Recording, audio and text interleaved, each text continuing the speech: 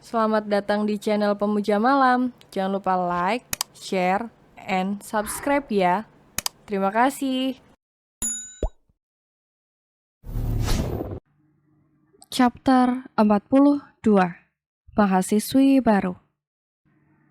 Kak, meskipun kita gak bisa bersama, tapi kita bersyukur banget pernah menjadi orang yang pernah kakak sayang. Kita janji tidak akan pernah mencintai orang lain dan tidak akan pernah menjalin hubungan sebelum Kak Gilang memiliki pasangan baru, kata kita sambil mencium kalung pemberian Gilang.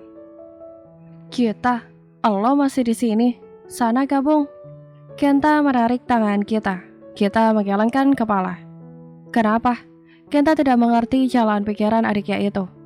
Nanti kalau kita ke sana, gak akan bisa menahan air matanya. Kak Gilang gak jadi berangkat, kata kita dengan sedikit terbata-bata. Terus ngapain dong kesini? Kenta kesal dengan adiknya. Kita memberikan ponselnya kepada Kenta. Dia meminta difotokan saat Gilang dan yang lain sedang berpose foto bersama. Kak Kenta fotoin aja, katanya masih terus menangis. Kenta menghela nafas. Baiklah, Kenta mengambil foto kita.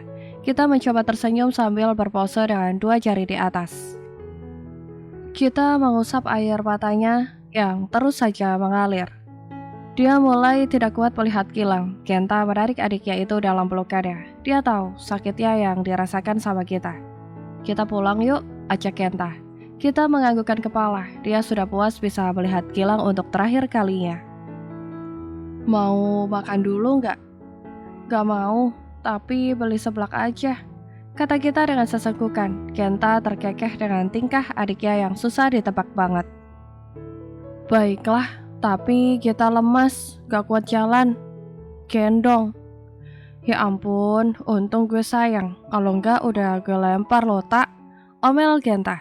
Kita tersenyum sambil menangis. Dia sedih tapi juga geli mendengar omelan Kenta. Kenta mengajak kita beli seblak dan menemani dia makan. Kita mendadak gak mood makan di tempat. Kita bawa pulang aja, kata kita. Iya. Kenta terus mengikuti kemauan adiknya. Dia tidak mau meninggalkan adiknya sendirian. Takutnya dia yang terlalu muda melakukan hal-hal yang tidak-tidak. Emosi dan pikirannya yang belum dewasa membuat dia takut.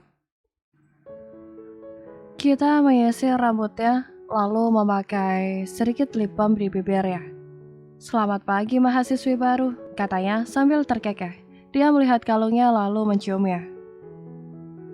Doakan kita ya kak, supaya kuliahnya asik, kata kita. Kita buruan turun, sudah telat loh. Mau apa dihukum? Teriak Raka dari meja makan. Iya, kita mengambil tas dan perlengkapan ospek. Kita berlari turun dengan kecepatan tinggi. Tidak ada 5 menit sampai di depan Raka. Anak-anak mama udah gede aja, sekarang sudah kuliah. Wadah mencium pipi kita lalu pipi Raka. Iya dong mah, masa terus putih abu-abu, gak ada kemajuan, jawab kita. Benar, kapan Raka nikah? Kalau SMA terus, kata Raka. Nikah aja yang dipikirin, kuliah dulu yang benar, setelah itu cari kerja, biar bisa buat bahagiain anak istri kamu. Jangan main nikah-nikah aja, nanti mau dikasih makan apa coba anak dan istri kamu? Wanda menasehati Raka. Dengerin tuh kak, Kanjeng Mami ngomong, jangan masuki telinga kanan, keluar kanan lagi. Kita ikut cara main Raka. Mantul dong, kata Wanda sambil ketawa. Raka mencitak kepala kita, kesal melihat kita kegirangan kalau dirinya sedang diceramahi. Sudah, katanya telat, buruan berangkat. Iya mah, Raka sama kita berangkat dulu. Raka mencium tangan Wanda diikuti kita. Kita duduk di kelas, lalu menyandarkan tubuhnya di kursi. Dia membuka Instagram di ponselnya, selalu pencarian teratas adalah Gilang. Sudah hampir 2 minggu, Kak Gilang tidak post atau instastory apa-apa. Keluh kita. Meskipun Gilang hanya post foto langit pun sudah membuat dirinya bahagia. Ngehalu lagi bu, kata Farah sambil duduk di sebelah kita.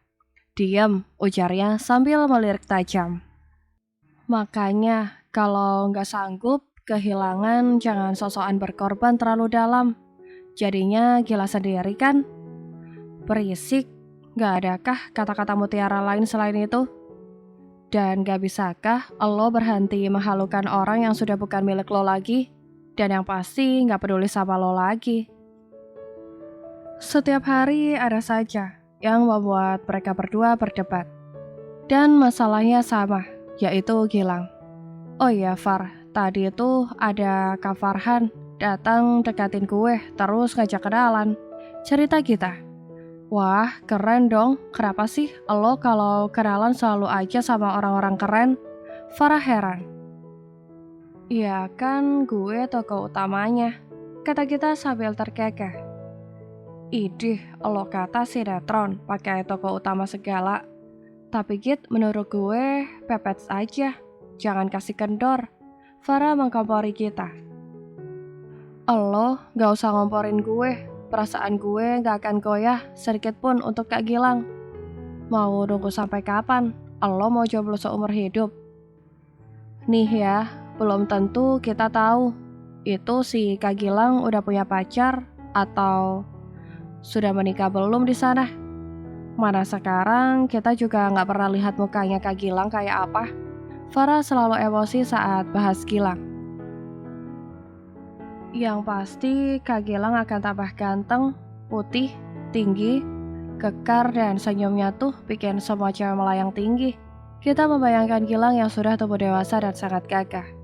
Gimana kalau dia berubah menjadi gendut, pakai kacamata, rambutnya putih semua?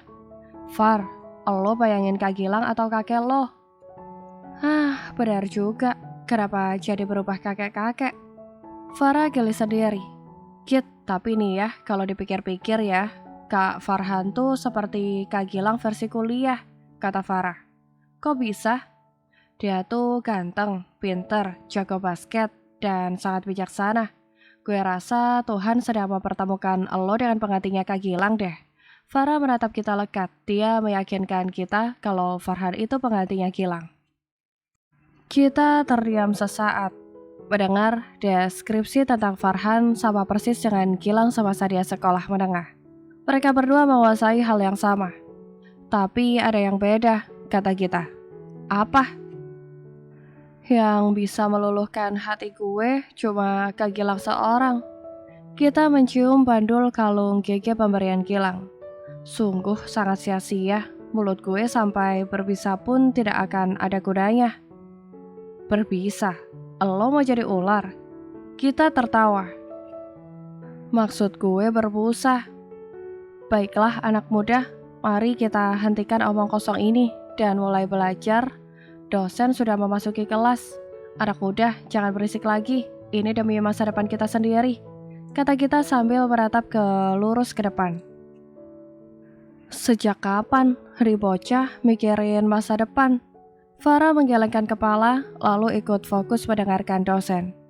Butiran air hujan mengguyur bumi. Kita mendengus pelan, karena tidak bisa segera pulang. Ditambah lagi, angkot yang membawanya ke rumah tak kunjung datang dan akhirnya dia terjebak di halte. Kita membuka ponselnya. Dia menekan kontak milik Gilang yang lama. Dia membaca pesan dari ujung atas sampai bawah yang memang sengaja tak pernah dia hapus. Dia menganggapnya sebagai kenang-kenangan dan juga obat rindu. Kita senyum-senyum sendiri, membaca chatnya yang menurutnya dia sangat lebay dan bucin. Lebay banget ya gue, katanya pelan. Kita memasukkan ponselnya ke dalam tas. Dia melihat orang lari menuju ke arahnya dengan tas di atas kepala. Semakin mendekat semakin jelas, ternyata orang itu adalah Farhan. Pingin banget menghindar tapi apa daya, keadaan memaksanya untuk tetap di situ. Sesampai di halte, Farhan mengusap lengannya yang basah. Dia sesekali mengusap rambutnya, yang juga basah meskipun dia menutupinya dengan tas. Belum pulang? Tanya Farhan. Menurut lo? Kata kita dengan nada ketus. Farhan mengangguk-angguk, kemudian tersenyum kecil. Meskipun sudah berkenalan, kita masih saja bersikap galak kepada dirinya. Pulang kemana? Tanya Farhan lagi. Ke rumah, jawabnya singkat. Iya tahu pulang ke rumah Nona Manis, tapi kan punya alamat, kata Farhan. Kita diam saja. Dia tidak mau memberikan alamatnya kepada Farhan. Kalau dikasih tahu, dia pasti akan datang ke rumahnya. Ya, seperti hukum alam. Biasanya kalau seorang cowok sedang mengajar cewek, terus mendapatkan alamat seorang cewek, pasti akan disamperin. Kita melirik ke arah Farhan yang sedang mengusap lengannya. Bajunya basah kuyup. Dia juga sangat menggigil. Kita tidak tega melihatnya. Dia mengambil kain selendang besar warna biru tua miliknya, yang sering dia pakai saat di mobil kalau dingin. Nih kak, pakai. Apa ini? Tanya Farhan belum mau menerimanya, karena kainnya itu ada motif bunga-bunga sedikit. Ini kain yang gue sering pakai kalau dingin. Gak usah, lo aja yang pakai ini, kan dingin banget, kata Farhan. Gak apa-apa, kakak yang lebih membutuhkan. Lihat tuh, badannya basah kuyup. Daripada besok sakit kan? Kita membuka lebar kainnya, lalu memakaikan ke tubuh Farhan. Karena tak kunjung menerimanya. Setelah itu dia duduk lagi menunggu angkot datang. Seperti dugaan Farhan sebelumnya, kita itu hanya galak keluarnya saja. Dalam hatinya, dia sangat hangat dan sudah terbukti saat ini. Dia memang gadis yang baik dan dia tidak salah memilih. Sementara Farhan kagum dengan kita dan terus memandangi kita justru sedang kembali ke masa lalunya. Butiran air ini kembali membawanya di mana saat dia bersama Gilang. Mau minuman hangat? Tanya Farhan membuyarkan lamunan kita. Farhan membawa 2 cup minuman hangat. Boleh, katanya. Minuman panas sangat cocok untuk menghangatkan tubuhnya yang mulai menggigil karena hujan lebat ditambah angin yang bertiup dengan sedikit kencang. Mau susu atau kopi? Susu aja. Beli di mana? Kata kita. Farhan menyodorkan cup dari tangan kanannya. Dia sengaja memesan minuman yang berbeda dan membiarkan kita memilih dulu. Dia akan meminum sisanya. Tadi di depan sebelum kesini, tunjuk Farhan. Sebenarnya Farhan membawa mobil, namun melihat kita yang tadi pergi ke halte, dia memilih menemani kita. Gak dijemput, Farhan mulai membuka obrolan. Kita menggelengkan kepala sambil meniup minumannya. Lagi pada sibuk, jadi gak bisa jemput. Biasanya lo bareng sama teman-teman lo, kemana mereka? Farhan pelan-pelan mencari informasi. Lagi pada pacaran. Lagian gue udah biasa juga pulang sendiri dari dulu. Jawab kita lalu menyeruput minumannya. Gimana kalau gue antar jemput lo setiap hari? Farhan menawarkan diri. Makasih, tapi kita masih bisa pulang sendiri kok. Kita pulang dulu ya. Tuh, angkotnya sudah datang. Kita beranjak sambil melambaikan tangannya. Iya, hati-hati. Makasih susu hangatnya. Kita mengangkat cupnya, lalu masuk ke angkot. Lo emang berbeda dari yang lain. Aduh, beko, gue lupa pula minta nomor WA-nya. Farhan menepuk jidatnya. Farhan melihat kain bermotif yang dipakaikan sama kita. Dia tersenyum. Sepertinya dia punya alasan untuk bertemu lagi dengan kita. Dia memiliki alasan yang tepat. Pagi ini kita masih terbaring di kasurnya, dengan tisu yang bertebaran di kasur. Kita merasa kepalanya berat, suhu tubuhnya meninggi, yang semakin membuat dia sebal, hidungnya yang tersumbat. Dia tidak bisa bebas bernafas. Sejak malam kita sudah merasa tidak enak, tapi dia cuek saja dan berusaha memejamkan matanya. Dia pikir setelah tidur dia akan merasa lebih baik. Ya ampun tak, kenapa berantakan banget ini kamar lo? Kila masuk sambil membereskan kamar kita. Kita nggak enak badan kak. Mana kepala kita berat banget, keluh kita. Kila memegang kening kita, lalu lehernya. Panas banget, lo kemarin hujan-hujanan ya? Tanya Kila. Hacing. Enggak, kita cuma neduh di halte pas hujan. Ya kena sedikit lah pas lari. Kita mengingat apa yang kemarin dia lakukan. Kila beranjak mengambilkan teh hangat dan obat untuk adiknya itu. Lo gak usah kuliah dulu, kata Kila memberikan kapsul lalu teh hangat. Kita menaruh kapsul di mulutnya, lalu segera meneguknya dengan air teh. Kita merebahkan tubuhnya lagi. Kila menyelimuti kita sampai ke lehernya. Kila mengambil remote AC, lalu mengecilkan agar tidak terlalu dingin kamar kita. Tak, bangun, lo kuliah apa enggak? Raka membuka pintu keras. Shh, Kila menaruh jari telunjuknya di bibir. Jangan berisik, kata Kila lagi. Kenapa kak? Raka masuk perlahan mendekati kita. Kita demam, biarin aja, dia nggak kuliah dulu, kata Kila.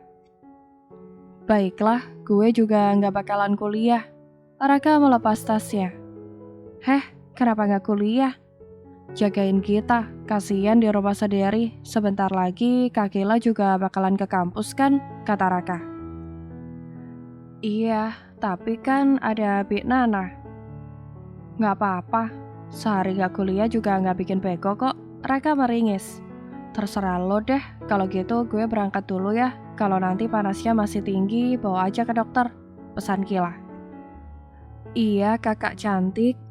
Raka mengirimkan pesan kepada Farah kalau dirinya nggak datang. Setelah itu dia mengambil kompres. Kak Gilang, kakak baik-baik aja kan? Kita kangen, kita mengigau. Raka menempelkan handuk di kening kita. Dia tidak tega mendengar rintihan kita. Lo pasti kangen banget sama Gilang kan? Raka mengusap lembut rambut kita. Kak Gilang, kita pun tiba-tiba menangis sampai sesenggukan. Tak, hei, bangun.